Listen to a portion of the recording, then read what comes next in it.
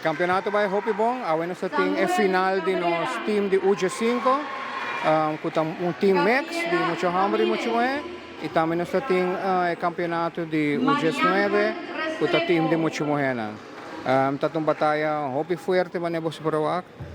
Sa kita nos team ng interno, nos team ta consiste di 120 mucha. Awet ating un total de 80 mucho participa contra otro. Awet ating namiwak no sa hunga ko 6 team awe. Si, tao dating max di UJ5, mencionanta max mucho hambre mucho moe. Deng lang team pari mucho tami ko ta 10 aya, 8 aya. Pero no sa mantene team to ko un bong max. Well, mucho hammer e também é diferença de edad.